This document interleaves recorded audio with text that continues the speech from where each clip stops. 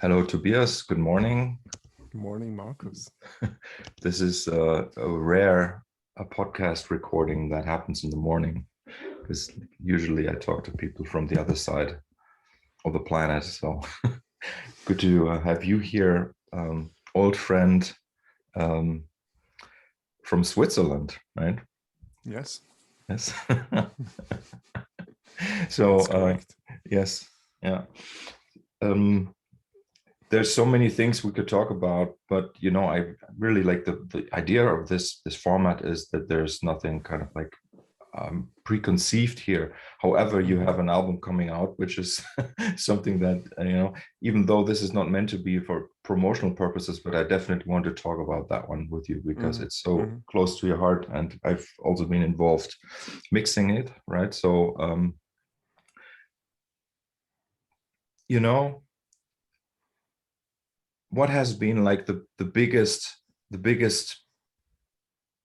I don't want to say change because I know what the biggest change in your life was in the last few years, but what has been the biggest development for you personally in like maybe let's say last 3-4 years? Well, maybe let's really begin talking about this in terms of this new album, because for me, I think the what I've achieved for me personally with this album is a process of letting go of a lot of things I had identified with, maybe, or become associated with. I have been working with computer assisted compositional strategies for a long time, and people have sort of started to know me for that. I've taught it a lot, and I've written online about it a lot, and been very vocal about it. And I kind of realized that I was, emerging into a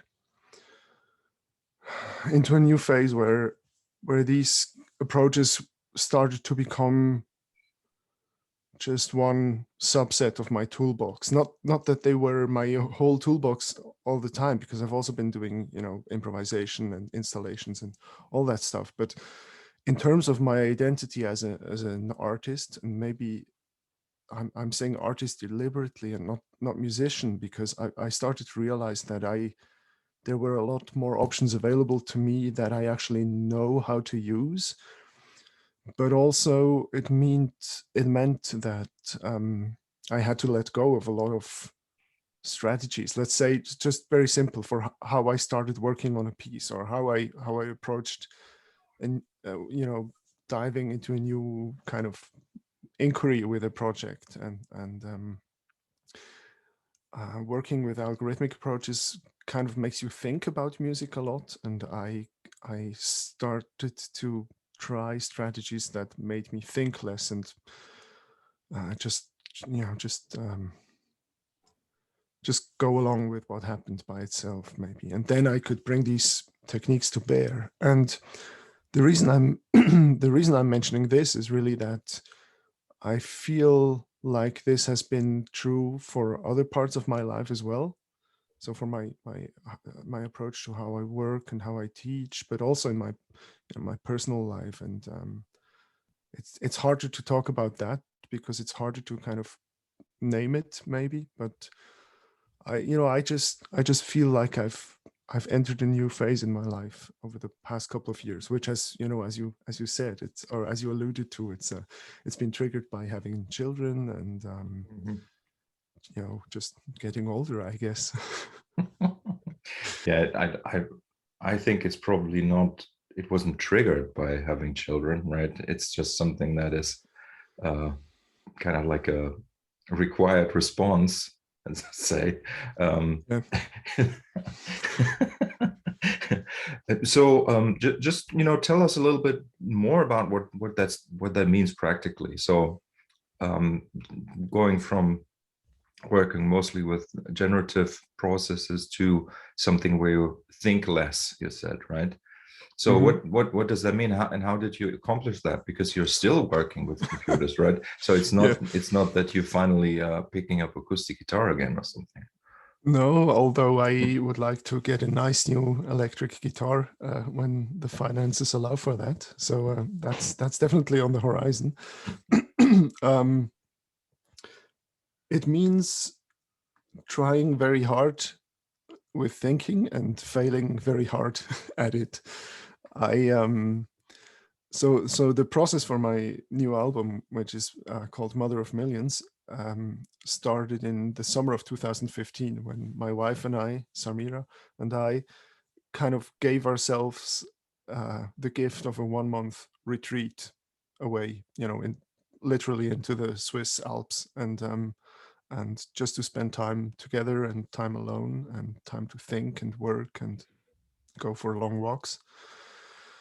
And I had I had a feeling that there was a body of thinking that I should make acquaint myself with, not in the sense of I should like uh, outside expectations, but feeling that there's something to be gained for me there. And I was reading a lot about ecology and you know how culture relates to nature and systems thinking and stuff like that. And I was kind of hoping that this month would get me into a process of working and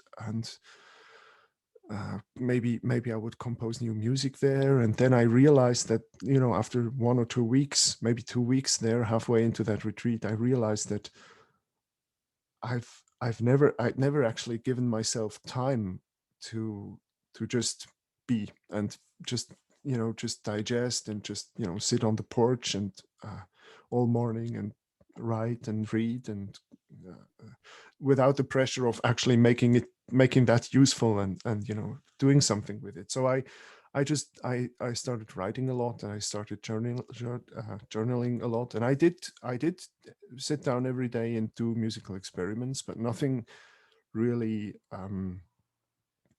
did justice to what I had in mind. And so that retreat came to an end, and literally the next day I had to go and set up for a big stage production I was involved in. So we took like a 4 hour drive home in the morning, and then in the evening I already took another 90-minute train drive to Zurich and checked into a hotel, and then went and got set up for a very intensive process for a kind of for a musical stage production I was involved in. And I literally had to change gears so hard that I entered another world for 2 months until these performances were over. And then I was kind of worn out, and I started teaching again. I was teaching at the University of Arts in Bern at the time, and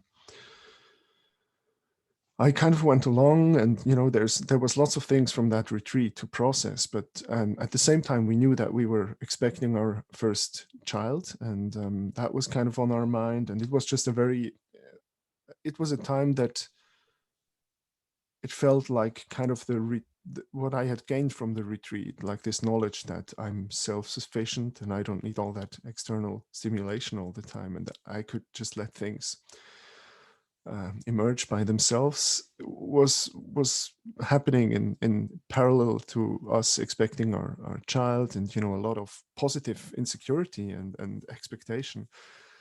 And then it was literally triggered by a piece of gear which I bought in the spring of 2015. And this in itself tells you a lot, because I've been very vocal about, not, people wasting their time buying and selling gear instead of making music. And I had to swallow my own pride and say that, buying that synthesizer, which I found used online, was just the best thing I've ever bought. And it was a spontaneous decision, but I got an MS-20 Mini, which is this reissue of the classic MS-20 synthesizer that Korg had made in the late 70s and early 80s.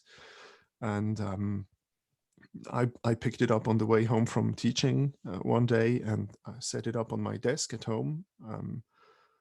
And in the evenings, when my wife would go to bed early because she was pregnant, I would just sit down in the dark, more or less, and just work with a synthesizer and try out sounds. And then after 1 or 2 days, I got my audio interface from my little atelier that I have, and I started to just record sounds, and I started overdubbing, and I started comparing and combining, and then that was basically the seed for the whole album. So it feels like I kind of was pregnant with the ideas that I had consumed and been thinking about and concerned with from the previous summer.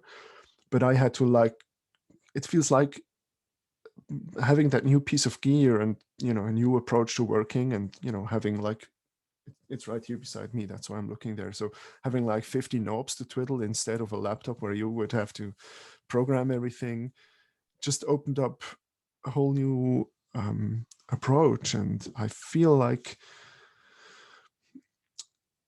all the knowledge that I had gained with my previous ways of working could kind of come to fruition in a whole new way, and in a way that was not loaded with meaning and with expectations on my part. So would it be correct to say that this new album is played?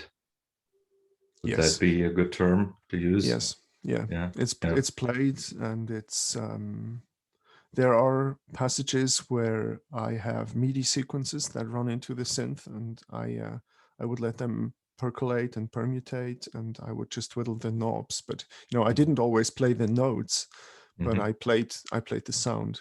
Mm-hmm, mm-hmm. Yeah. Mm-hmm. Yeah. What you just described is something that's very well, there are so many parallels between us anyway. We know that, but it's like this intuitive approach of music making for me is really something that just comes to the surface occasionally when I have explored things outside of my comfort zone, let's say, by using, as you say, generative approaches, right? And it's always fascinating to see how good, let's say, right, like good, or the intuitive results are. And so it's really it's funny when and maybe I told you this before, but when I worked with Pat Masalotta on Face, which is a super complex, and his wife came into the room and she said to us, like, you're making music the hard way, right? And so that has kind of become something that we're interested in, right? And but I see, and this is maybe what you described is a good example. It's not a means in itself, right? It's just something that kind of then creates a specific skill on a different level, which then kind of feeds back into the intuitive music. Yes, exactly. I've often referred to this as that having algorithmic approaches is always not just composition, but it's always ear training, and it literally expands what you can imagine, which you can then apply in other ways. For example, certain note sequences that you just wouldn't think of, but that your little system might feed back to you. You are then influenced by the output of that program. So my name for this is called expression through abstraction, and I think that this process of having to formalize your ideas into a system that could be code, it could be some kind of setup in some pre-existing tool, it could just be instructions for players, and then see what happens, and see not just if you were right with your intuition, but actually tweaking the parameters until you find something that you couldn't have thought of. You can then listen to that and be influenced by it without that influence. It's not an outside influence in the sense of you're so inspired by another artist that you start to imitate them, but it's things that kind of you made, but you can't really. You have to take responsibility for them, but you can't really take credit for them in the same way as when you imagine a melody and write it down. But I think we are often deluded about this whole idea of inspiration anyway. So I like to have systems as a kind of a creative partner, not in the sense that they're conscious or anything, but just they're feeding back things at me that inspire me. And I think with that process, that was 5 years ago when I started recording the album, exactly to the day, probably like this week. So I had just come to a point where this became clear, because as I was, searching for sounds and overdubbing and starting to cut and rearrange, I would then suddenly introduce little things from my previous practice, like little tweaks that I could apply to the material, and without actually having to be that as the starting point. So that's when I feel it kind of became an integrated part of a bigger, I called it toolbox previously, but like an awareness of what I can do. Yeah. Yeah. I find it fascinating that I'm pretty sure it's the first track, which is the 20 minute plus track, right? It's like it's so prog in a way, it's like this. And well, a little bit like like Mike Oldfield, like Omadon side one, it's a little bit like that. I find it totally fascinating. And it's just me too. just using like completely different sonic and harmonic palette, and also like but not emotional. The emotional palette is it's not the same, not at all, but it's sort of like going into the same, you could say, even a little bit folkloristic or romantic direction. Yes. Right? Yeah, definitely. And it's also it's been a process of integrating a lot of my personal history, like my history as a musician, how I grew and what I kind of grew up on and what influenced me. And as you know, I've been I had this progressive rock phase as a younger man, and I was very much into things like Dream Theater and all kinds of things. And I kind of ingested that for a couple of years, and then I sort of left it behind me. But the whole drive from rock music, the energy from rock music, and this kind of primal sonic, the visceral quality of it, always stayed with me. And I applied it in other projects. I was working with this group Pulp Noir for many years, and I did try out all kinds of harsh and rough things there. But in my own music, it was always much more controlled, and it was much more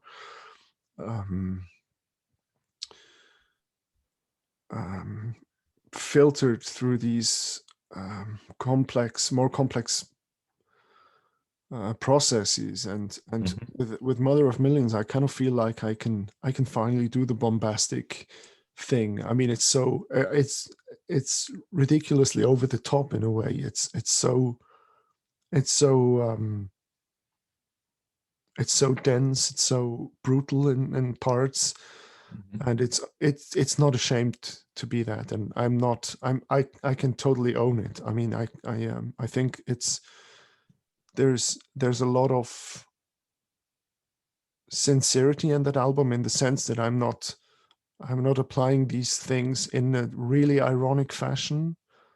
But I mean, I also don't identify with that. It's just one aspect of what I had to get out, it seems. But it's I love that about this. It's music that is really it's really intense. It's very epic. It's really very proggy. Yeah. I just out this just out of interest, like why did you consider me, or why did you ask me to help you produce it in the end? Is there a particular reason, or? Well, it's just reasons that for you might be obvious, but maybe not for people who don't know about our relationship. But it's really, you've been mixing my previous solo albums, and you've been kind of a big influence on my development as an artist and as a listener. And we met when I was 20, and we really met when I was 21, a year later. And I've just grown, I did my music studies, and in parallel, I feel like I had a separate parallel education with you, and talking about music in a different way that you couldn't really do in an academic setting.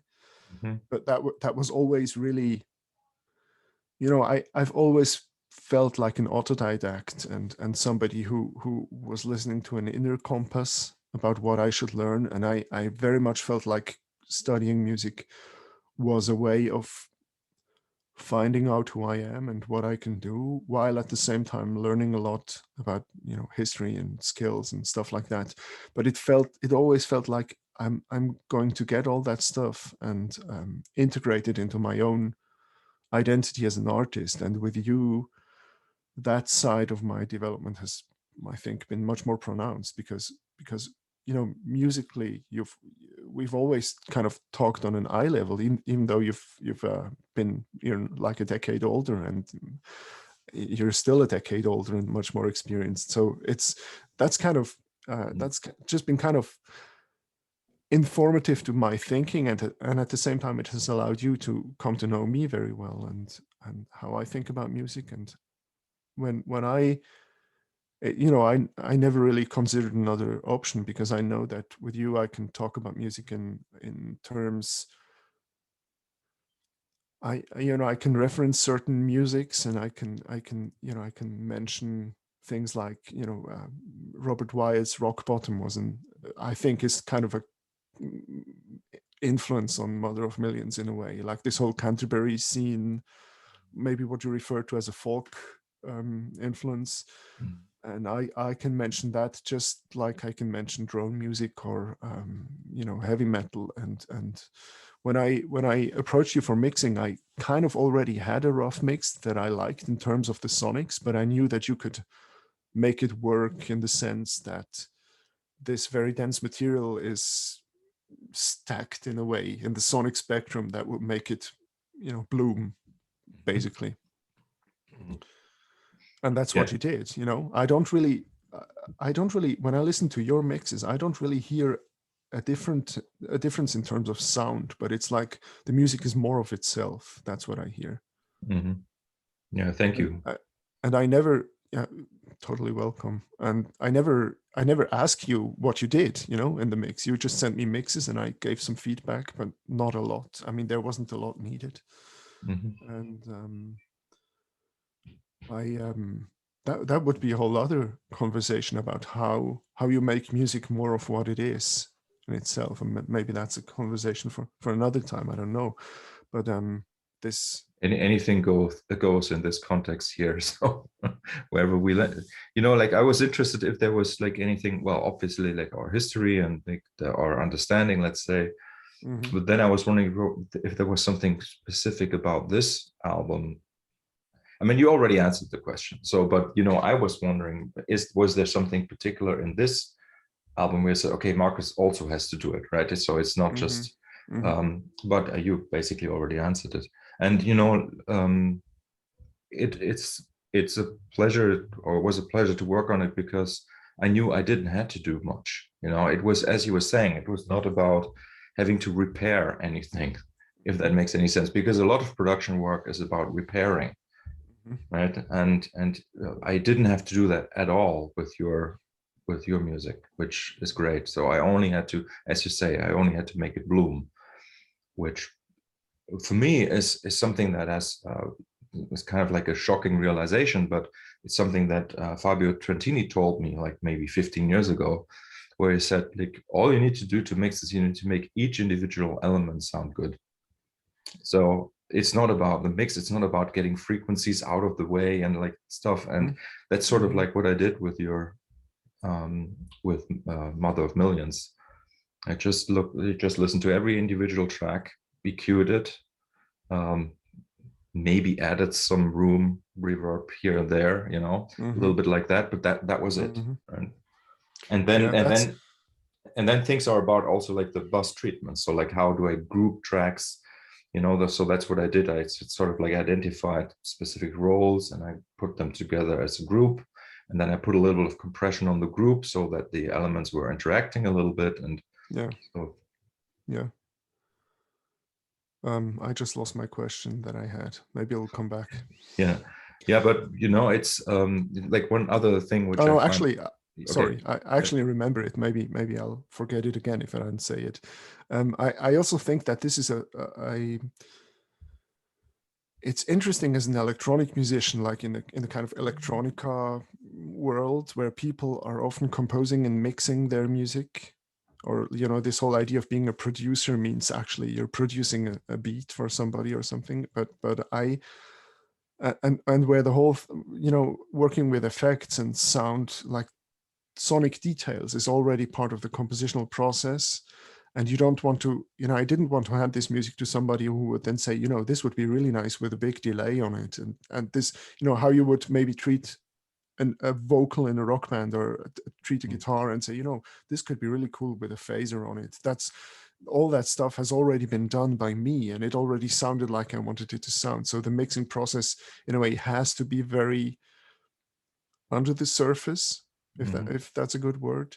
Yeah. And I knew you would understand that and do that justice.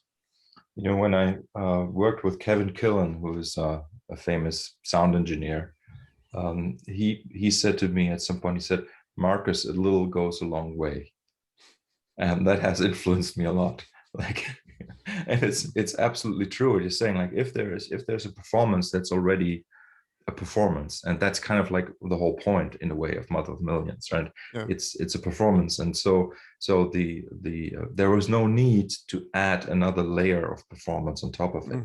And and that's also why it's like saying it's a pleasure is not the right wording. It's more like um, it's in a way, it's like it's very difficult to say. It's sort of an artistic kind of work that is not on the surface of the art piece. So it's more like maybe framing. It's like you choose a frame, and like in the case of your compositions, the frame is just a plain white surface, right? Rather than a nice golden detailed ornamented kind of frame. So and like what I wanted to say before is what I find so fascinating is that I'm keeping a list of ideas for track titles and album titles, and Mother of Millions was on there, actually, on my list. That's super interesting. Yes. Yeah. Do you remember? We had a couple of synchronicities like that over the years. Do you remember when you were working on the Kopfmensch compilation, and we were chatting on Skype, and you were kind of pondering a different name, and you kind of mentioned to me that you've been thinking about a name for the album, and I said, I actually have a suggestion, and it was like a similar words, like the same word spelled a different way, and definitely something we never had talked about before. So interesting. Yeah. It's, I mean, to me, it's kind of like obvious, because we're interested in wordplay. So when you hear Mother of Thousands, and and then it's kind of natural to go to permutate that, right? Yes. Yeah, their Mother of Millions is a plant as well. I think it's a different one, but I don't really know about it. So if it was just a phrase, and it's one of these plants that kind of spreads in a very strange fractal way. So and this whole idea of fractal, and like the it's also got spikes, and it's a succulent, which is very supple in a way. So that's these are all qualities that I hear in my music, but there's nothing beyond that. It just feels like it speaks about potential, I would say. But you also mentioned that Samira was pregnant when you started working at. So mother is kind of like a very appropriate word also.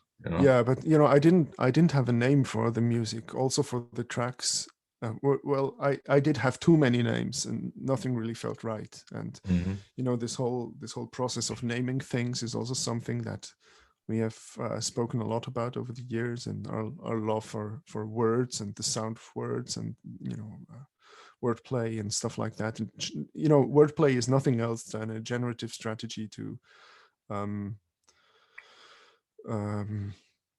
generate new meanings or unveil new layers of meaning. Mm-hmm. So which titles did you come up with for this album then? And what did they mean? I just realized I hadn't plugged in my computer here. Okay. I need to do that. Yes. Yeah. Okay. Well, I had, I have, I'm fascinated by taking notes on my thoughts and revisiting them over time. And so I have a text file with potential names for things. So for tracks or for albums or for projects, and could be names for a piece that I'm working on, or it could be a name for which I think I should probably make a piece. Yes. Mm-hmm.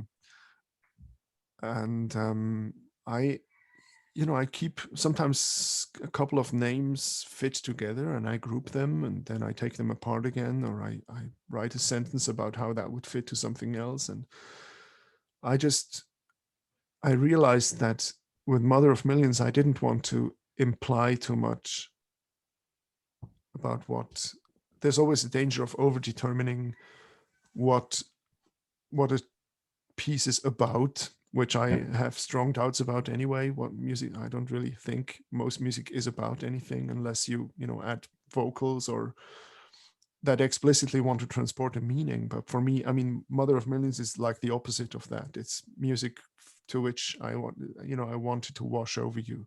So I'm not also not going to tell somebody what a hot bath is going to feel like. It's like, slip into it and let it work on you. And that's what I want. So I still, there's recurring qualities, I would say, in the album, and I gave those names, and then I just or not names really, but labels, and I just started to label parts and pieces that way. So some pieces have several parts, and some people have just one part as a name.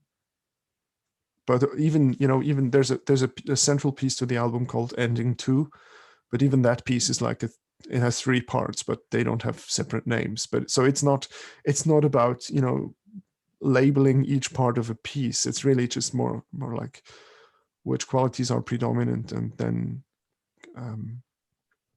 being fine with that. Another strategy that I had considered was like giving every piece 5 names.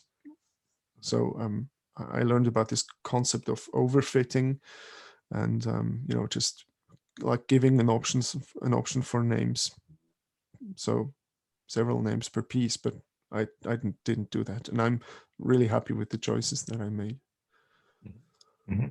Yeah, like, because in a way that's also like the way that the tracks are titled is very prog as well. If with the subtitles, let's say, for sections and stuff, and it's funny because, like, as you say, mostly there's no real meaning behind the music or behind the words. But then when they come together and you have somebody receiving this information, these you can sort of like influence the direction of how people will interpret things, right? Yes. And it's also true for the cover artwork. Definitely, I think if you have an album that's mostly black or mostly pink or whatever, there's a different kind of priming for the brains of the listeners. Yeah, I'm very sensitive to that and always have been, and that's why I'm often hesitant about assigning. I'm with an album like Mother of Millions, I wanted something really vivid and really really shockingly alien, basically, but also very natural at the same time. So this dichotomy had to be in there. But with other music, I am kind of don't want artwork that influences the perception too much, but you can't help it anyway. So yeah. So speaking of like the organic aspect, and you said you used the MS-20, and that is a purely analog synthesizer, right? Yes. Okay. So how would you describe, just from the perspective maybe of actually of the individual sound, what does the analog domain um, give you, or give the sound, or give as an option for expression that you kind of embraced with this album? Or is it not even important? Like, As I said earlier, the option to have, 40 or whatever knobs, I said 50, but I think it's actually less. It's more like 30 knobs that you can tweak while the synthesizer is playing, is really just something I don't have on most of my digital setups. So I often use all kinds of controllers when I'm working with a computer-based setup. But having that synthesizer and it being what it is, there's so many entrance points into shaping a sound that, for me, with all the skills that I have and my trained ear that I have, but having no knowledge of this instrument whatsoever, I just listened and reacted to what I was hearing and tried out how different settings kind of put the system into different states or phase states. There's, when you have with the MS-20, you have 2 oscillators and several filters, and you have a complex matrix how you can route things. But I don't even do complex routings, but because the instrument in itself has these options where things just start to oscillate and start to go slightly out of tune, and you can work a lot with and I go completely over the top with things like filter resonances and stuff like that. And I was just, I was basically getting drunk on that. This whole screaming filters things, this really intense, almost physical quality of the sound is something that I'm very much drawn to. And that's what I was going after. And then I contrasted that with mellower textures. And when you're overdubbing, you can always bring in parts in different aspects of the spectrum. Maybe you feel like something sounds very good, but it could really do with a nice soft bass below it, and then I would try to work like that. And that's also how the album turned out to be what I call full spectrum music, where it's literally sub basses to very, very high frequencies, all present in a like in a way where no spectrum is more dominant than the other, basically. So you don't have like very high overtones, but it's actually a really loud high overtone that's complementing what's happening in the more normal registers. Yeah, exactly. And that's actually also how I approached the mixing. And you didn't, well, maybe you mentioned this, but like you just mentioned two aspects of using the MS-20. One was like more the physical, the haptic aspect of being able to control things, right? So that doesn't necessarily have to be an analog device. That could also be a digital device with controllers assigned, as you say, right? Yeah. So, but on the sonic side, and this is why I'm just asking you again, because like I think again, like, so this quality of the analog filters, the screaming, like the over the top part that you were talking about, I'm giving the answer myself. So it feels I'm like curious to hear it. Well, what happens is that you have like, there's sort of like a physical limit that the analog gear sort of like suggests, like within the framework of it, like any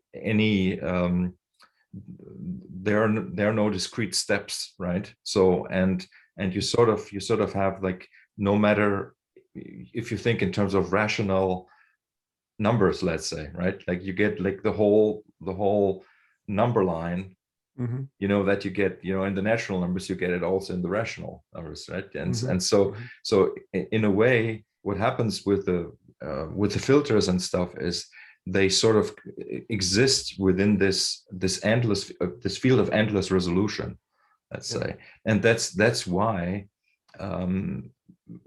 this kind of like over the top thing that you do here, even though it's over the top, it sort of gets there's sort of like a ceiling to it somehow, right? And that's maybe the word I was looking for all the time. There's this ceiling, and that's where it kind of like lives within this space that's almost physical. Right?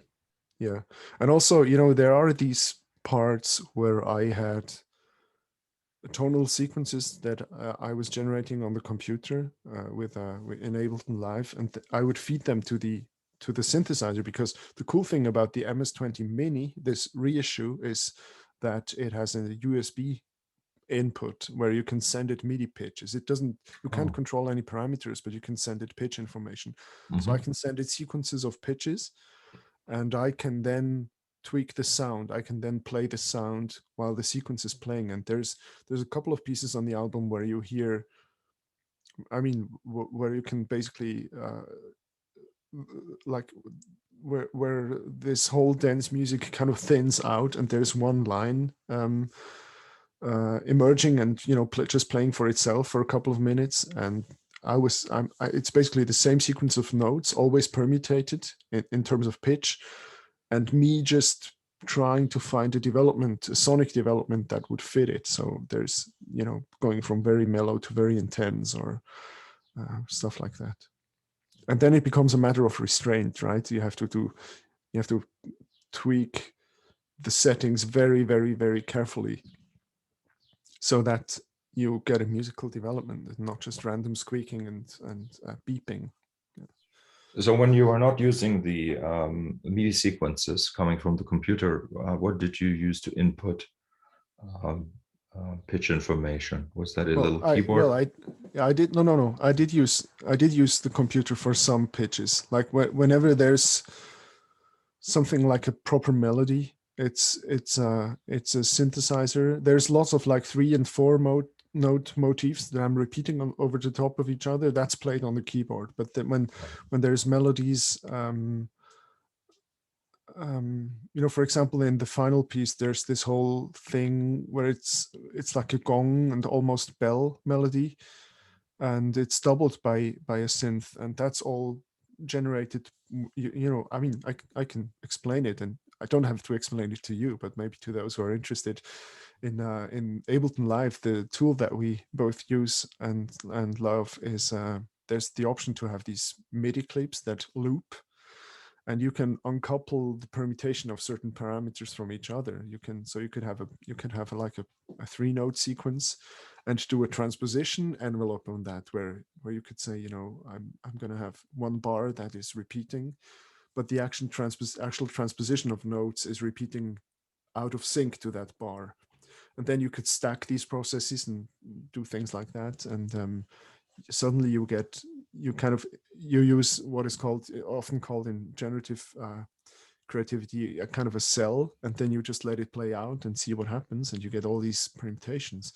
So I was kind of looking for these little very simple cells and had them play, and then I would just play the sound. And obviously there was more recorded than is on the album, and some of it works out beautifully and some of it doesn't. But in general, with this album, it's pretty interesting. Like a lot, like 4/5 of what I recorded is actually on the album. And I was going to shorten it, and whenever I shortened it, I kind of realized that I shouldn't. It's 72 minutes long, and it's asking a lot of a listener. I think it works in terms of a 72-minute album, like if you want to close your eyes and listen to it on a good stereo, good headphones, that works. But some of the pieces are, like, as you said, one is over 20 minutes long, and several are around 10 to 15 minutes. So it's basically like a whole series of EPs. You can also, you can take one piece of 13 minutes and just listen to that. And yeah, I'm happy that I didn't cut too many things. And it also speaks to the beauty of that process, because I recorded most of the material over a process of over time, like 2 months. So after my daughter was born, also I spent my evenings alone, and it was dark, and just had my desk lamp, and would just overdub and overdub and overdub, and it kind of, it's really like a prolonged state of flow that I had somehow. And that's also why I've been so careful about adding and subtracting from the music. And I've as you know, I've had long phases where I would not touch the material and then listen to it a lot, which is also not something I try not to listen to my music too much while I'm working on it. Mhm. I mean, only when I'm working on it, but not listening to a piece 20 times before I sit down and work on it again. But with this music, I kind of felt like I had to come to understand what it's doing to me as well. That's the whole other part, which is very interesting and that I haven't really found the words for. That I feel like this music is really, I made it for myself. It's the music that I need, and it's the music that I want to hear. And I've never really managed to do that before. Oh, perfect, perfect. And yeah, so it was about 2 months in 2016, Mm-hmm. right? Mm-hmm. And as you said, you didn't really touch it much after. So it took quite a while for you to accept this as being the album, or like what happened? What happened after? Like, so what did the process entail to then finally say, okay, this is it? Or was it just like that you were distracted by family business, let's say, Yeah, or yeah, not family so much, but just other work. Mhm. And I was involved in a lot of stage productions and stuff like that, which were very, very time consuming and energy consuming. So excuse me, in 2016 and 17, there was still a lot of that going on, and I would just not have the time to properly inhabit the space of the album. I knew early on that it was music that I would be releasing eventually, and I knew that it was kind of a big thing for me personally. So I listened. I had it on my phone. I listened to the tracks that I had, and I also mined the material for other projects. I did actually use samples from the album in a pulp noir production in certain parts, and I did in the fall of 2017. I did actually commission two students from the place where I used to teach to do a sound installation remix of the piece Ending 2. And so I was kind of approaching the material in these different ways and looking at it from different perspectives. And then I did some overdubs again, but not so much with the analog synthesizer, I guess, but more some digital synths and some field recording things that I kept integrating, because that was also something that I realized would feed into that. I wanted to use recorded sounds from my archive, and but not really use them as like a background, but really integrate them into the texture of the album. So I don't really think you'll hear them as, you know, synth field recording as a background for the music, but it's actually part of the texture of the music. And Mhm. just real, having these realizations and understanding what is needed was important. And then also, cutting and editing things, and not just cutting away, but also what I probably should mention also is that the whole album was composed in one Ableton Live session. So it's I whenever I started a new piece, I would just add a new track at the bottom, start overdubbing again. When I was kind of done, I would start after that on the timeline, add a new track, and so on, which meant that I had the whole album at my disposal all the time. And what I realized I could do is, copy little snippets from one track, or outtakes from one track, and actually integrate them into other tracks. So for people who like that kind of stuff, there's lots, or there's at least several little things from rhythmic snippets or sonic things that pop up in other pieces, which you maybe have heard before, or they kind of make an entrance in one piece and then they are fully developed in another piece. So that's also something that needed time, you know. And then there came a point where I realized I was starting to overdo it and to over edit and over process it, which is when I let it rest again. And then it was basically doing a rough mix and getting it ready into a form. But still, it was a very intuitive process. You know, it's just iteration upon iteration, just listening and making decisions. And I also remember with one piece, there's this really extreme bass line that's developing out of the piece, and it's distorted and it's kind of totally over the top. And then I think it's the fourth piece on the album, and I remember kind of deciding to cut the last 2 minutes away because I was thinking it was just too much. And then I when I saved that for you to mix, you kind of didn't realize I had uploaded a new session file and you mixed the old version anyway. And then I decided to leave that in because it just, you know, somehow I decided it's good. There's no, in a way, there's no too much with this project. Yeah, there's never too much. That's a myth.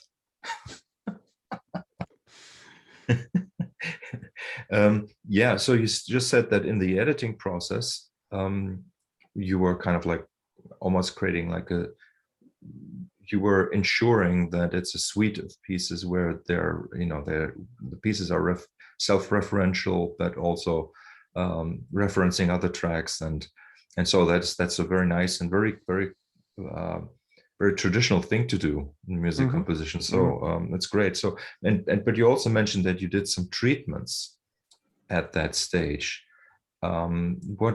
What kind of treatment was that? Like, how did you process the MS-20 recordings? There's actually very, very little. There's some distortion on a couple of tracks, but I mean the rough sound of the synthesizer can be very distorted anyway already, and so there's not really a need for much of that. But there's a couple of harsh distortion in a few places, and then there's some delay treatments on a very few tracks, and more like a compositional strategy, like very long delays and things like that. But I also did things where, you know, I would record 4 minutes of one voice and then I would cut it in half and put the two halves on top of each other, so they're kind of similar but running out of sync, and I would pan them left and right, and it's really more combinatorics. There's some filtering, obviously, you know, pre your mix, where when I realized, you know, I can cut the low end from this part because it's gonna cause problems with the bass and things like that. But very, very, very, very few things. And there's a couple of digital synthesizers which I guess I recorded more or less as it is, you know, using physical modeling synthesis, which is something else that is a topic that I'm very interested in. And there's a couple of, you know, I did take a few digital synth sounds and shredded them with granular synthesis. But I'm also, you know, I don't really feel like that. Don't really feel like it matters. It's I've always been very careful not to confuse treatments and tools and effects with the actual musical substance, which is unfortunately a thing that I think is a big problem often when people have powerful tools at their disposal and they use them in very obvious ways. And so the music is really, I wanted to keep it very pure, not in an ideological sense, but I mean, it's very dirty in terms of sound, but I don't want it to sound processed. You know, it's very deliberately not a project that's trying to sound like 2021, you know, digital extravaganza. It's in a way, I feel like it's more rooted in the 70s maybe, and in terms of the heart of it. And but it is in, you know, the way that I work with the analog synthesizer, obviously, and as you said, you know, the compositional aspects is obviously informed by my love for, you know, all of music history, and the many compositional techniques and aesthetic insights that I have gained from that. You know, that's maybe coming back to your question about why choosing you to mix the album. That's just because you're not an engineer. You're a musician in the sense that you know your history, and you know there's so many aesthetic positions you are familiar with and that you can inhabit if need be.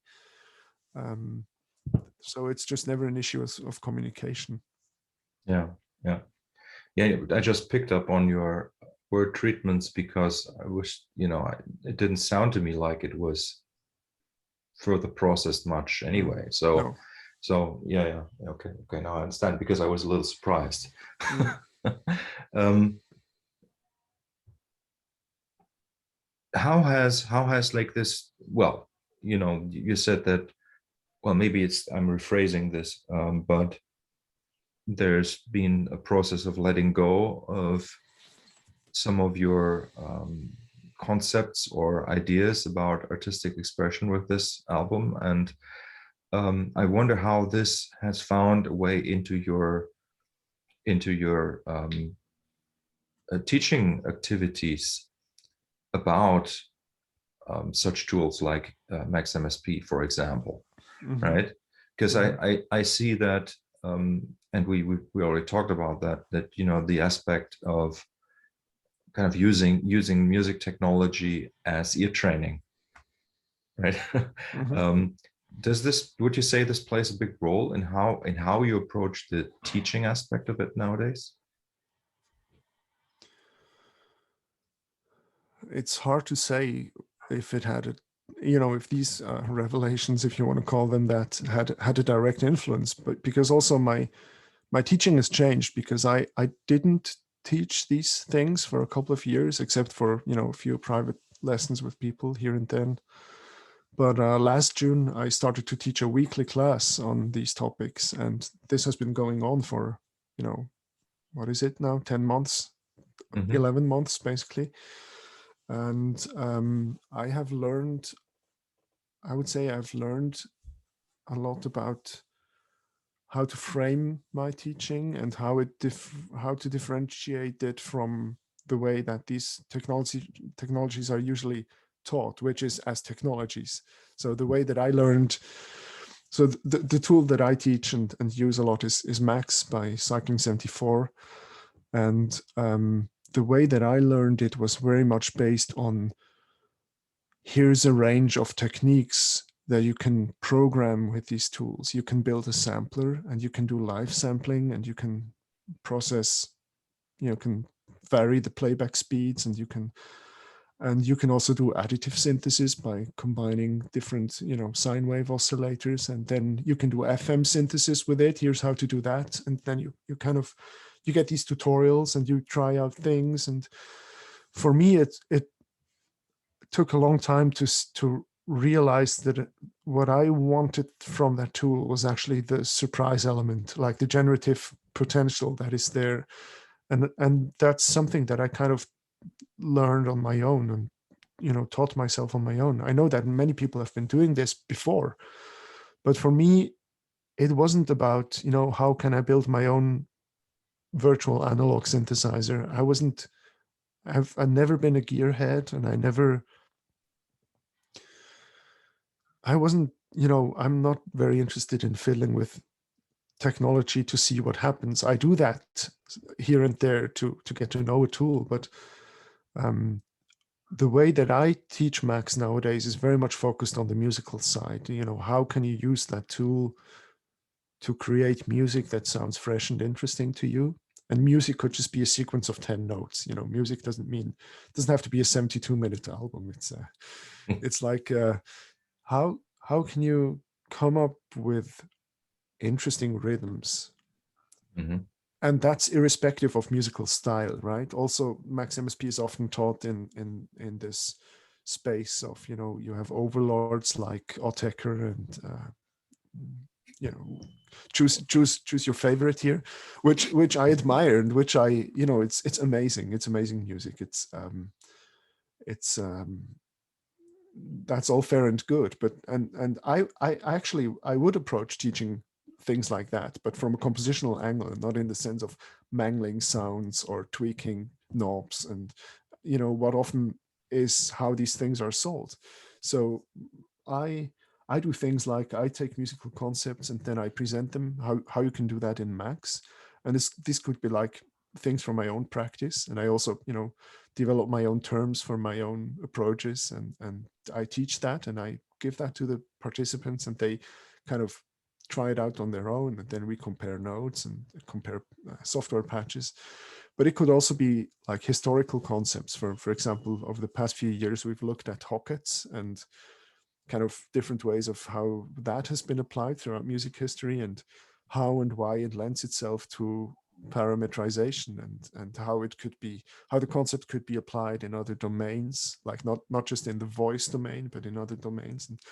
And I would just like to make that kind of thinking available to all kinds of musicians who are interested in, you know, further developing their own understanding of music and their own creativity and the tools that they have at their disposal, irrespective of the musical style they're in. So I've had participants who are instrumentalists who are not really familiar with electronic music, but it works for them just the same. And maybe coming back to your question after another long answer, um, my deepening deepening of my understanding that this is really what matters, and recognizing yet again with Mother of Millions that it's about the goosebumps and not about the technology, you know, is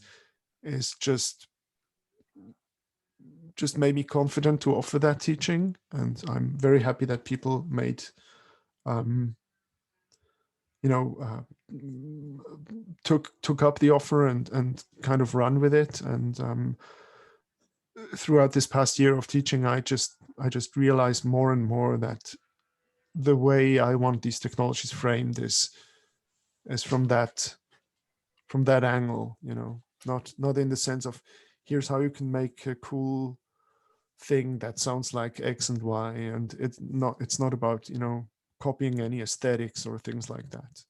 Mm-hmm. Yeah. Because you know, the way that I use them is to really, it's a process of self-inquiry, right? You know, finding out who you are and who you are becoming, and yeah, you know, speaking of that feedback cycle, trying to build a compass to where you need to go, and using the technology to pull you there. And that's just not something that you can teach by teaching sound synthesis on its own terms, or by doing a tutorial on how to do this or that. These are all just smaller components in a larger process, and I'm interested in giving people the tools and the knowledge and the practice to go there if they so desire. Yeah, yeah. You know, I think it really is very much about the attitude of how you teach or how you make people listen. Because like when you say like it couldn't be done with pure synthesis, I think it could, because it just depends on how would the teacher make the people listen. And Yes. if you were just applying permutations to like the noise ratio of something, like, you know, if people actually pay attention and to hear the differences in sound and such. And I, you know, I have made kind of like, you know, because of COVID, I've been teaching more. And so I also had to dive more into my magic little box of skills and knowledge, right? And pull out these interesting things, and, you know, starting to realize how much, and I say this about me now because I know for a fact it's the same for you, like to realize how much skillful and I don't want to say knowledge because it's not about knowledge. It's experience, skillful experience, like we have gathered over many years of diving deep into this attitude of living with music, right? Yes. Yeah. And that's really what has become so incredibly satisfying for me as a teacher, to pass that on in ways that I didn't really expect to be available. And it's just like, because of COVID, there was more time there. There were people who were kind of like prepared to even have regular lessons with me, which when I was touring, it hardly happened, right? But and so there's a lot of power in these times that, you know, I can see people who I thought they were just talkers, right, and not, you know, not walkers, that turned out to actually be walkers now that they have time to do things. Right? So it's same for me. Yeah. Yeah. I've noticed that as well, and it's beautiful. Yeah. So, would you tell me a little bit about the surprising parts, or like the discoveries that you've made in terms of your own, how your teaching changed? Sure. You know, for me, it's like okay, it's on two different levels. Like the one level is like the psychological level, where I'm actually doing much more. It's much more about, you could say, therapy, on the level of sort of getting people to discover, or to allow their musical side to actually come through. Like where it's about like criticism, like self-criticism, or the critic within you, and like how to kind of like make sure the inner communication kind of gets sorted, so that you can actually get creative, you can actually do things, and that there's not like the critical part that kind of like, you know, shuts down every action, right, even before it's been taken.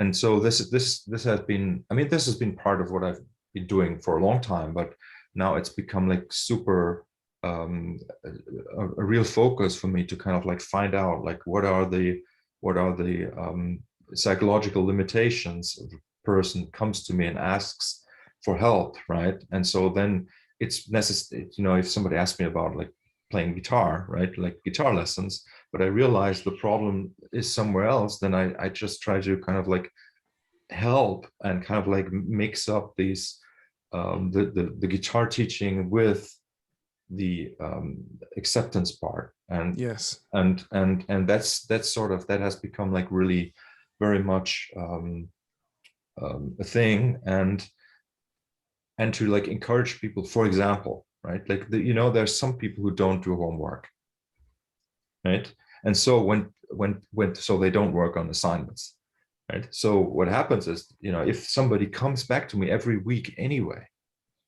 right, not doing the homework, I actually say, it's amazing, it's wonderful that you are here and that you commit to this process of meeting me every week, even though you know you didn't get to do the homework, right? Because like one of the paths that some people take is that they get so embarrassed or feel shameful about not delivering, right, so that they then completely withdraw from the process. And so what I'm trying to encourage in people, that even if you can't walk the walk sometimes, right, you still return to the source, you still dream the dream, you don't let go of the dream because you can't do something at a particular time. So you need, basically, that is like, allow yourself enough time when, you know, or you know, wait, you could also say, wait for when the time is right to then actually walk the walk. And this is actually working. This is the fascinating part of it. And you know, I say this as a person who maybe like 10 years ago would tell you that I wasn't believing that people can ever change, right? So I have learned that people do actually change. They can change, and that's a beautiful thing.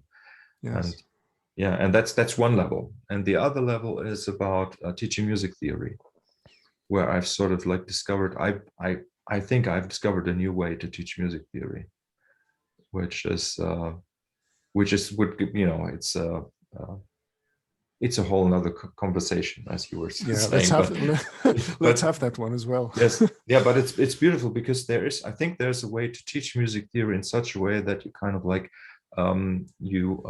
emphasize the fact that the notes are equal. Like all the 12 notes in the system that we use, they're all equal. But at the same time, you combine it with that ear training aspect, where of course they're not the same if you put them in relationship with, say, a drone, right? Like each note has a different flavor then, but the potential or the probability for each note should still be the same, even though they sound different. Then it's just like a matter of having like free choice of which pitch do I want to use, rather than kind of like subscribing to a system that I can only use 7 of 12 notes, right?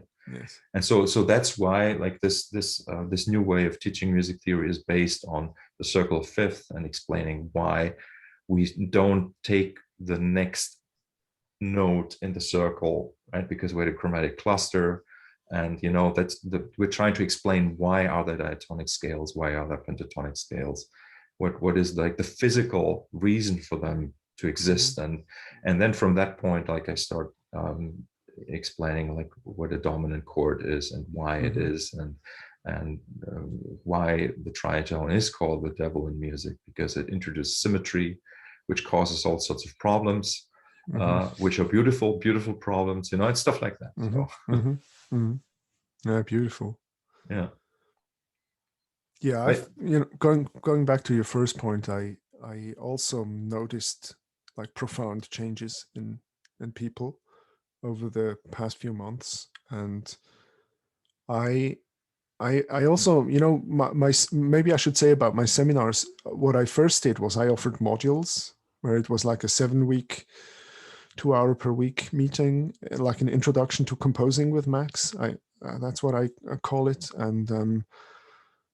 and people would take that, and then I had so many interested people that I could offer a second one, and then I kind of took the people who wanted to continue, and you know, we looked at kind of offered other modules into the fall, and then I took a few weeks break because I had other work to do, and then I returned with this idea of having like a cohort of people who just meet every week, and I offer like input in terms of you know, diving into a topic that people are interested in or that they need in their process, but also people trying to develop their own projects, or you know, just lines of inquiry into a topic, maybe just research on how could I do this and this. And that was beautiful. And now what has formed out of this is like a group of people that meets every week, and sometimes we just talk. Sometimes there's no screen sharing with Max patches going on. Sometimes I do that for 30 minutes or an hour, but there have been evenings where it's just, you know, 5 or 8 people just talking and listening and reacting to each other. And I used to think that I should give people input. I used to think that it's, you know, they pay me money to be here. I'm the teacher. I should offer a new topic. I should offer this and this and this. And I'm also very vocal about my insecurities, which is also something that I've just accepted over the years. So I address that with the group and say, you know, I actually, what should I do? And I was wondering this and that. And now it's really a co-creation of a group of people that helps each other along the way. And it's still, you know, I'm offering a third introduction class, but I don't have enough participants yet. So while that is not happening, we are just working every Monday, meeting every Monday, and sometimes having these really profound realizations. And also me, you know, I hear there's PhDs in music in my class, but there's also people who are just, you know, interested in music. There's participants who don't really work with Max but are interested in the principles, and that's just wonderful. And I learn from them, and also I get asked many questions which then prompt me to say things I never heard myself say before. Just as with this interview, it's, if you're having deep conversations, you never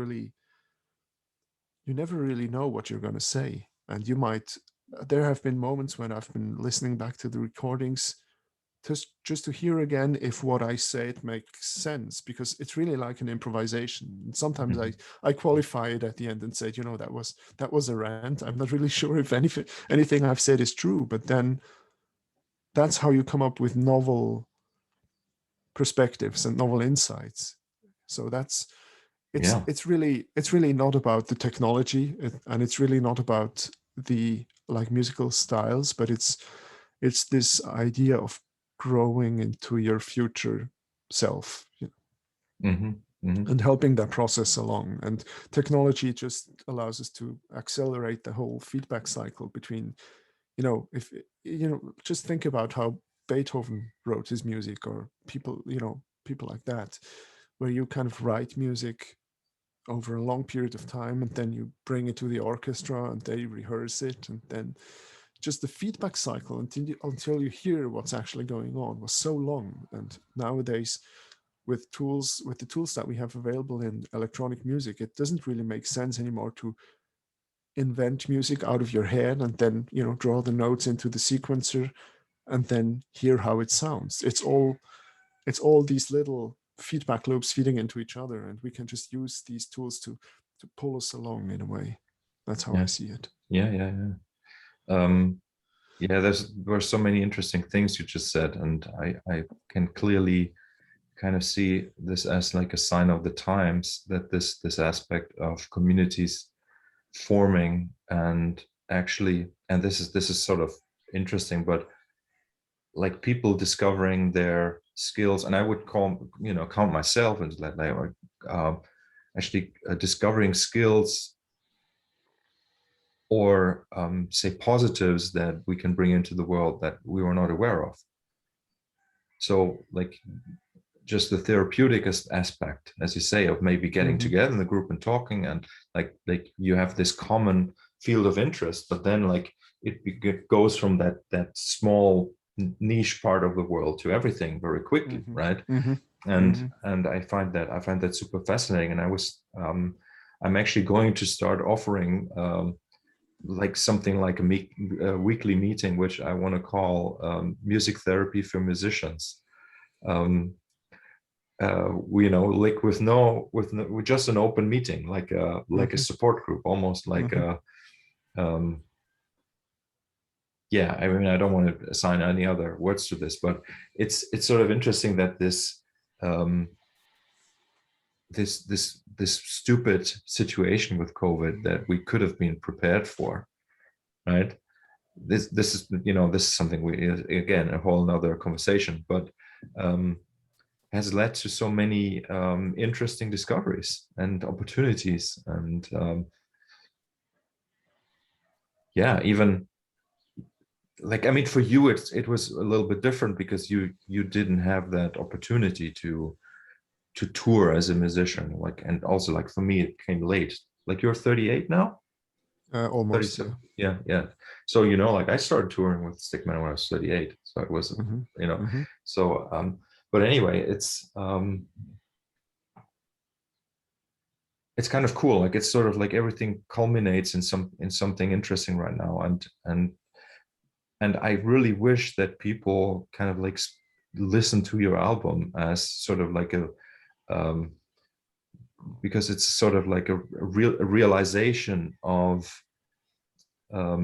your development in the past 5 years, you having kids, then COVID, and the album was produced during COVID times, or mixed mastered during COVID times, and this is another important aspect. Did you get any support from the state to make this album happen? Was there a way to do that? Yeah, it's actually the first time that I did this for a recording project. There was a grant that I could apply for. And there's actually the canton, like the district of Bern and the city of Bern, that are supporting the album. But I also had the opportunity to have like a working grant in 2019 19, I guess. Mm-hmm. That just afforded me the opportunity to spend some time working on my art. And it was Mother of Millions, but also it wasn't called Mother of Millions at that time. And also a few other projects that I could invest time in. Mm-hmm. And that's the first time that I took the opportunity to apply for something like that. I've done a lot of grant writing for educational projects over the years, and as in my part-time job for the Musikfestival Bern, that's part of the yearly cycle that you apply for funding, and you write your post-mortems and do start the whole cycle again. So, but for my own practice, I've never really done that. But with Mother of Millions, it's really cool because it also afforded me to pay everybody what they're actually charging, and Mm-hmm. not having to rely on friendship, friends with benefits, so to speak. That's something else, but I know what you mean. Yeah, I also know what I mean. um, not having to rely on, can you do this for me, and which we're all helping each other out a lot and where we can, and I do want to keep doing this, but that's also something that culminated in one of my composition exercises that I published, which was also a whole other conversation. Where which just states, as a composition exercise, pay your peers. Who would pay them if not you? And Mm-hmm. I just think in these times this has real values, and I feel very good about that. Yeah. Hey, here's a little story that you may appreciate. As you said, like in these meetings that I do, also I'm totally open about my state of mind and insecurities, but that's not the main thing, but just like the general state of mind. And in one of the most recent meetings, I shared the fact that the reason, like, I do all this teaching and I enjoy it very much. It's a good thing, but it really kind of eats up the time and energy to work on my own music. So, and like for the past year, to me, it was sort of like okay to do that. But now I'm starting that it's kind of like starting to eat away at my soul a little bit. It's not the fact that I don't enjoy being available for other people just to work together, right? It's Mm-hmm. just that side of my creativity, like the actual music making, has been cut short somehow, right? And now comes the interesting aspect that after that meeting, one of the participants contacted me and said something like, how stupid is it that we pay you to give us lessons that then make you produce less music? Which kind of like, I found that really moving, because basically what he was saying was, I'd rather pay you to make music. And that was very inspirational, and it has kind of like inspired me to actually try to actually have a musical project this summer, where I actually go into a studio and I record an album as a real solo artist. Mm-hmm. I find that's super moving, like this kind of feedback that some people from the outside, they start seeing these things and start understanding these things, Yeah, and it's wonderful. yeah, and I see, and I wish that the same would also happen to you somehow, with, like I say, with this new album, but with you as a musician, in the greater sense, because Mm-hmm. um, I think that you have a lot more to contribute in the field of the art of music itself, rather than just in the teaching of it. Even Yeah, though we know it's kind of like, it goes like it's this. composition. Yeah, it's composition by proxy is what I recently called it. Okay. The privilege of, if we are talking about algorithmic composition as delegating parts of the decision making to the algorithms, then giving the algorithms or giving the knowledge to other people who then apply it in their own practice is also a kind of composition. not in the sense that I then take ownership of what they have done with what I've given them, but seeing other people light up with insights and applying that to their own work is just, it's just very, very satisfying. And but for me it's exactly the same. I have in the past few years also, having a second kid who is pretty demanding in terms of energy, and making a living and everything. It's just been hard for me to have like a regular practice and to just work on my own project. But it's something that I've started to do more again, and also always open for collaborations with the right people. And it's something I try, ideally I would kind of like have a day per week where I can spend on making music. That's kind of my midterm goal, to just have, not having to switch between parenting and several kinds of jobs and teaching and all that, to just have the space. So I need to find a way to make that work also in terms of having a subscriber base or something. But that's just something that's going to take a lot of time. So yeah, I agree. So the composition not by proxy is for me something that I really need to find a way back into, in a way. I was just teaching with my class. I was just talking with my class about this on last Monday's meeting, because I keep coming up with new really interesting things. Somebody had a question about, do you suppose you could do that and that and that? And I said, let's find out. And I kind of coded something, and then we talked about it, and I took suggestions, and I came up with this really, really interesting way of generating musical structures that I hadn't thought of before.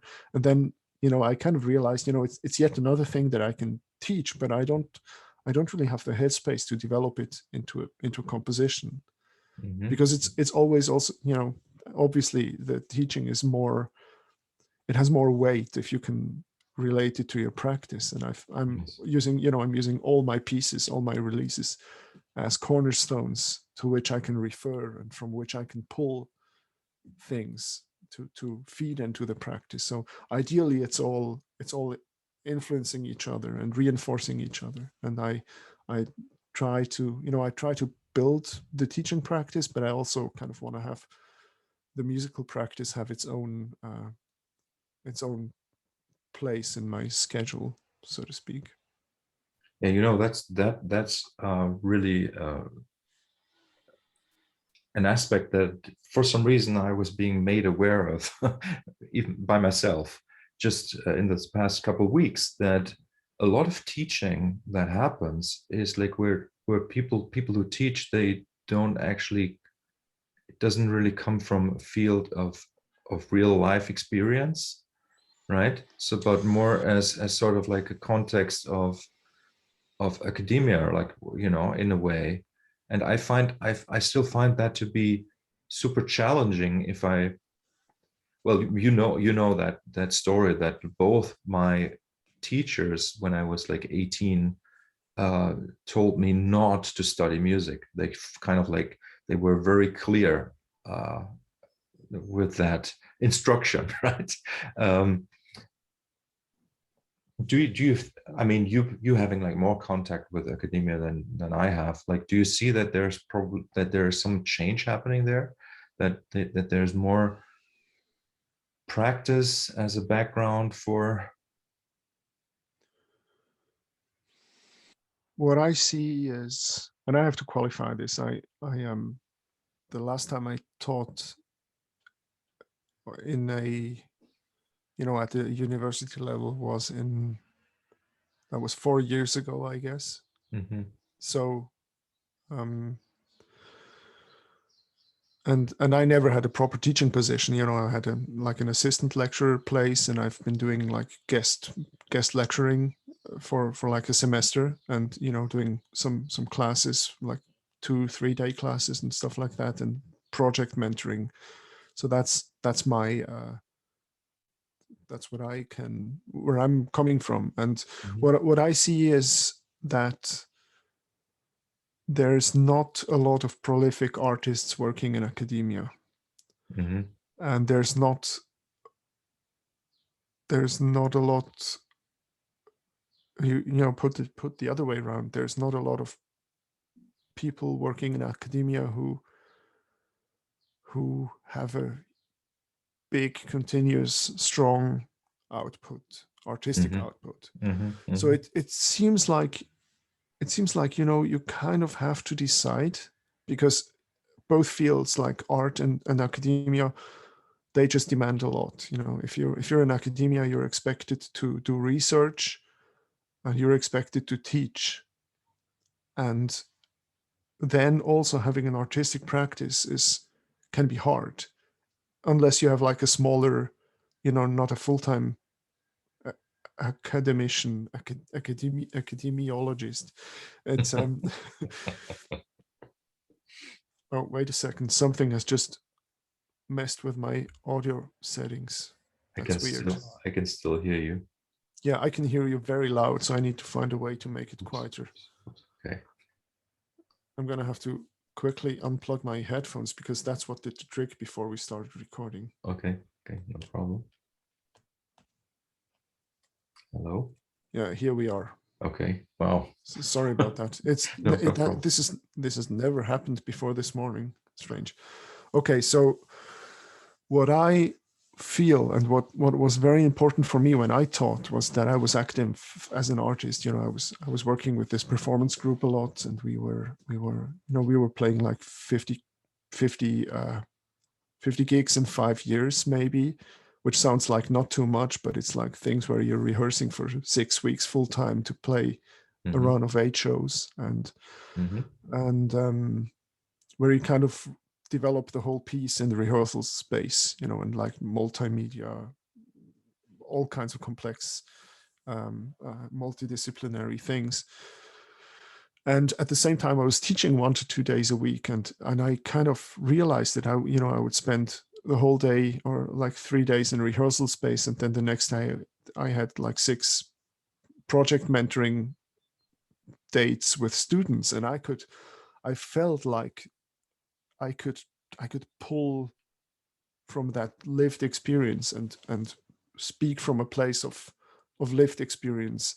And what I see is that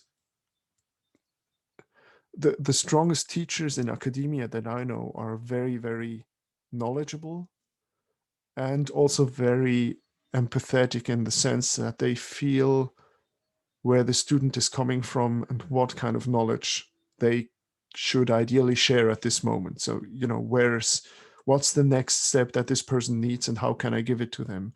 And in terms of skills and in terms of, you know, opening up a space of reference, that's super helpful. And I had wonderful teachers, and which were later my colleagues. And at the same time, there's a part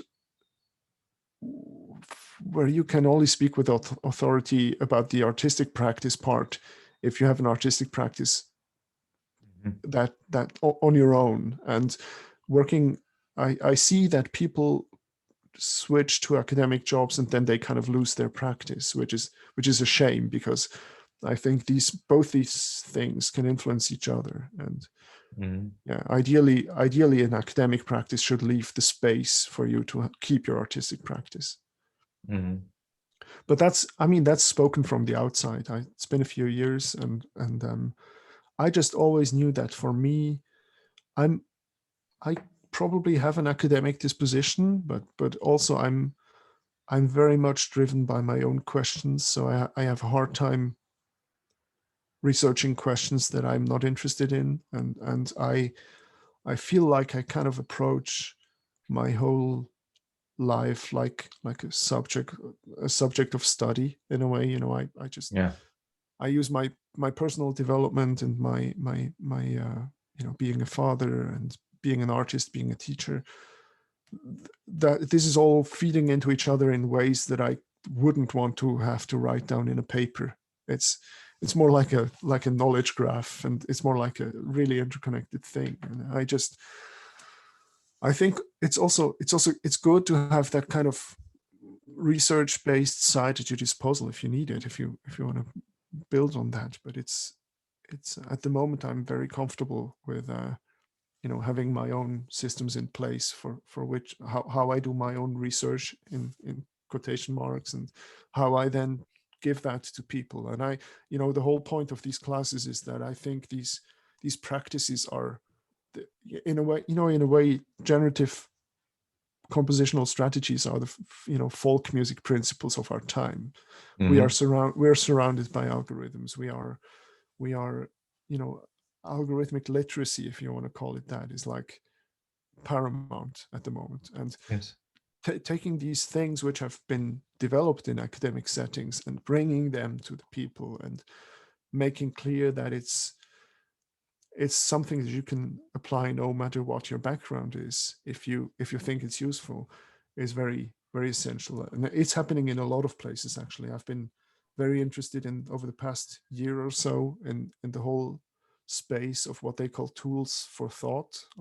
And there's a new generation of note-taking, idea generation systems emerging, which is very, very promising. And it's still early days, but it feels like the time is ripe that these kinds of technologies and knowledge and literacy of these technologies are reaching a wider audience. Yes. Yeah. This whole kind of like segmentation of people and roles within the creative field, let's say, or the world in general, is something that also needs maybe some sort of revision. So when we're talking about the artists and we're talking about academia, like it's I would like to be careful there, because like Yeah. a very good example was my high school teacher, for example, who was the best teacher in the world. Like, he made me who I am, right? It's incredible composition teacher and music theory teacher. And he, I'm just giving you this story because it's just such a, it kind of like demonstrates that maybe sometimes we're wrong with our assessments, right? Because he was very much aware of the fact that he was an artist who didn't get to do the things he meant to do. Because he said that to me in the very last meeting I had with him. He said, Markus, he literally said, I'm very sad that I didn't get to do what I was meant to do. And he sort of said, but he didn't say that in these words, but he basically said, but Markus, you can do that now. You can go and do that with what I've given you, and I find that super moving, because if you translate this to every single piece of software, even, right, it's not just about people anymore. It's like about, as you say, it's thoughts, it's ideas, it's tools, it's people in your life. Like there's like maybe some person, let's say, main role is to irritate others, or some other person is like the super inspiring person, or somebody else is like like for total relaxation, or and I think that's sort of like a better way to kind of look at how everything interacts than kind of trying to assign like these larger words to things, right? And yeah, I mean, and it's also interesting why that is even worth talking about, in a way. I know it is, but there's so many historic roots for these compartmentalizations. And as we are kind of forced to emerge into better ways of relating to each other, and to think of us as a society and as a planet, I think the arts have the potential to bring that cross-disciplinary and not fearless, but courageous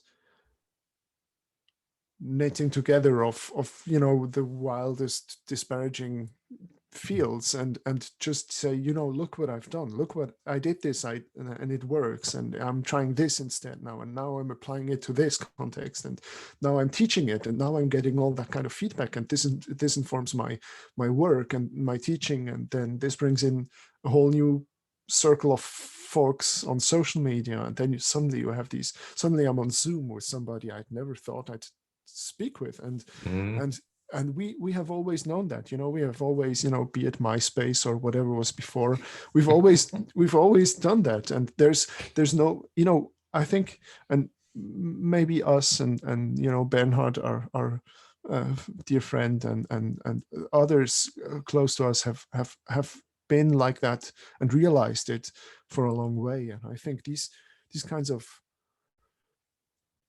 strategies, if you want to call it that, is just something which is very timely. It's really, we have organized, we have tried to make a living in difficult circumstances, and we have juggled things, and we have, we found systems to make things easy which are impossible for other people, and generating a orchestral 1 hour orchestral piece in Ableton Live, and coming up with musical structures that are mind-blowing in the best sense. This is all a part of a practice that isn't confined to the arts or academia, and you can't write a book about it because it's all interlinked to everything else. And I feel like this whole idea of people teaching more online and becoming more and more connected and influencing each other it's just beautiful, and it's something that I think these are qualities that more and more people will have to adopt, because it's the world is just so bizarre. Yes. I mean, the world that professional artists have experienced is that's an experience that more and more people with so-called normal lives are having, I guess. Which is brutal, and it's also beautiful.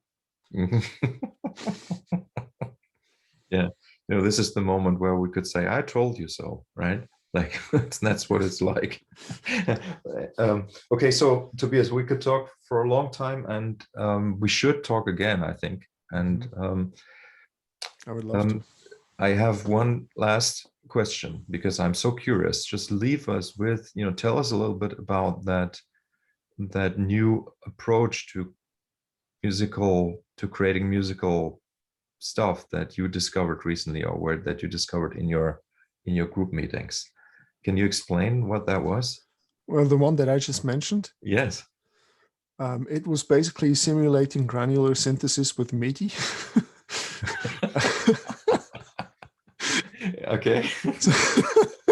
It's nothing new. There's in experimental music, there's this concept of black MIDI, where you would just fill a screen with so many MIDI notes on the piano roll that the screen is black, if that's the color you're using.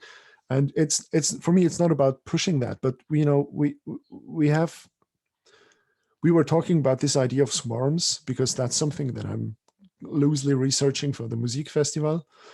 And somebody said, I wonder if we could do some kind of swarming motion using the things that we've been working on. And then I said, let's try. And we kind of said, what if you have like a center frequency, and then you have an algorithm that places notes around that, and then you can vary the range of notes that are disposable at your disposal, and then what are different ways to controlling that, and how can you control velocity in a way that would give it these dynamic motions. And then we just did that. I don't know what it will come of it.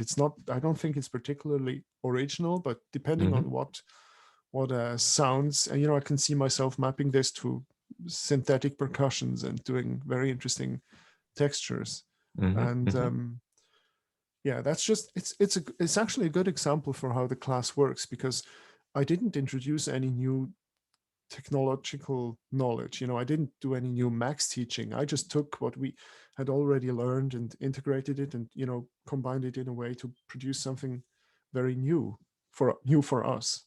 So maybe to go back to that approach, teaching these things again, it's really not about how can you learn everything that the software can do, but let's take the basics and see how much musical use we can squeeze out of them. And the things that I use, people are constantly surprised how simple the things are that I do. There's many people who are who can do way more complicated stuff in Max, but I do very simple things which can generate very complex and interesting results. So that's what I'm into. And if people are interested, I invite them to come hang out. Yeah, I will obviously post links so people can get in touch with you.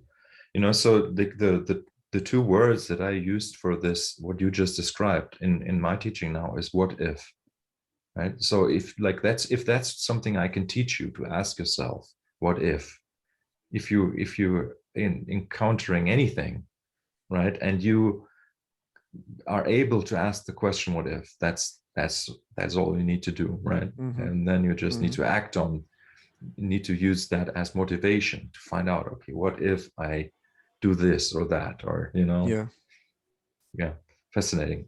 Okay, Tobias, this was wonderful. Beautiful, thank you. A father of millions, so talk to you again very, very soon. Yes, I'd love that. Yeah, thank you for having me just for now. Yes, of course. Talk soon. Bye-bye. Talk to you soon. Bye. Yeah.